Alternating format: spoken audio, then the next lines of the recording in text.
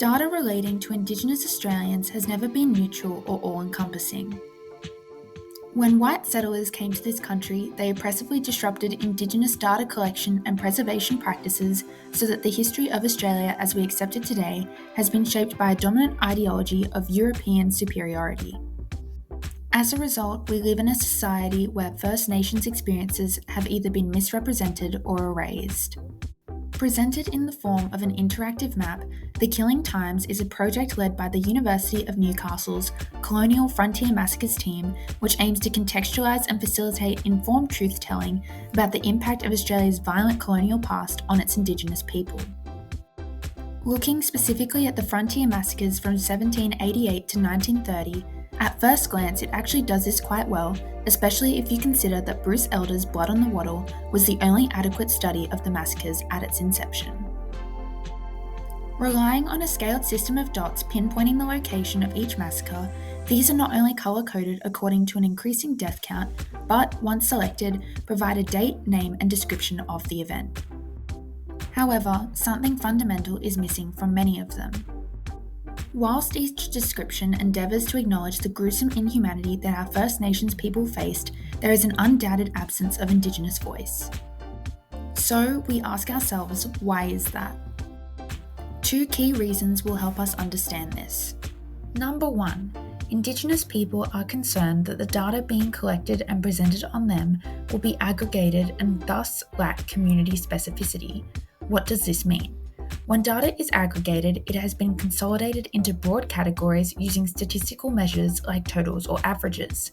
As a result, an objective dataset is produced that facilitates more concise and efficient analysis. Conversely, when data is disaggregated, it has been broken down into smaller, more specific categories or subgroups. This allows for the identification of disparities, trends, and other patterns that might be masked by aggregated data.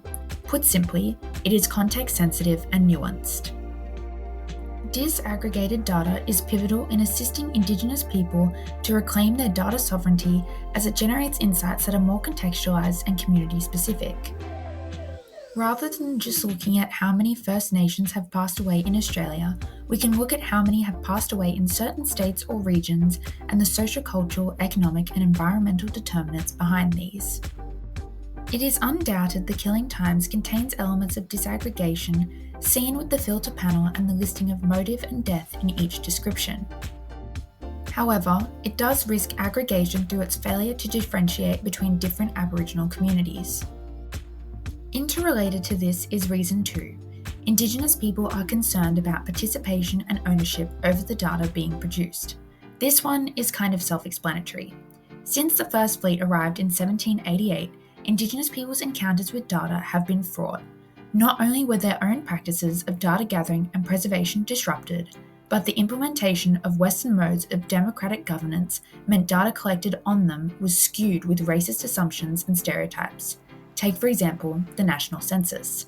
Whilst Indigenous data practices have not been fully extinguished, their control over data collected about them has, which has consequently resulted in hesitant attitudes towards data storytelling like The Killing Times, despite its truth-telling intentions. Furthermore, given how many aggregated datasets exist in relation to Indigenous people, the census again being our prime example, many do not want to involve themselves and affirm the cycle of white possessive data sovereignty that has governed their data story since colonisation. Consequently, we now have a dilemma where Indigenous people have both been involuntarily and voluntarily removed from important datasets. Where possible, The Killing Times has done its best to include Indigenous voices, such as an account from Animate Yearman Ken Tilmouth Penank about the Blackfellows Bones Ball Massacre on 22 September 1884. However, due to the reasons explained before, this has been very limited. In order to supplement the gaps that have consequently arisen, the University of Newcastle team have included written records from the time and its immediate aftermath, such as settler journals, newspapers, and police and government reports. Yet, while some provide clear accounts of how many people were killed, where, by who, and for what reason, many neglect to mention certain events, have understated the severity of the attacks, and used euphemistic or archaic racist language that have concealed the full extent of the forces governing the data.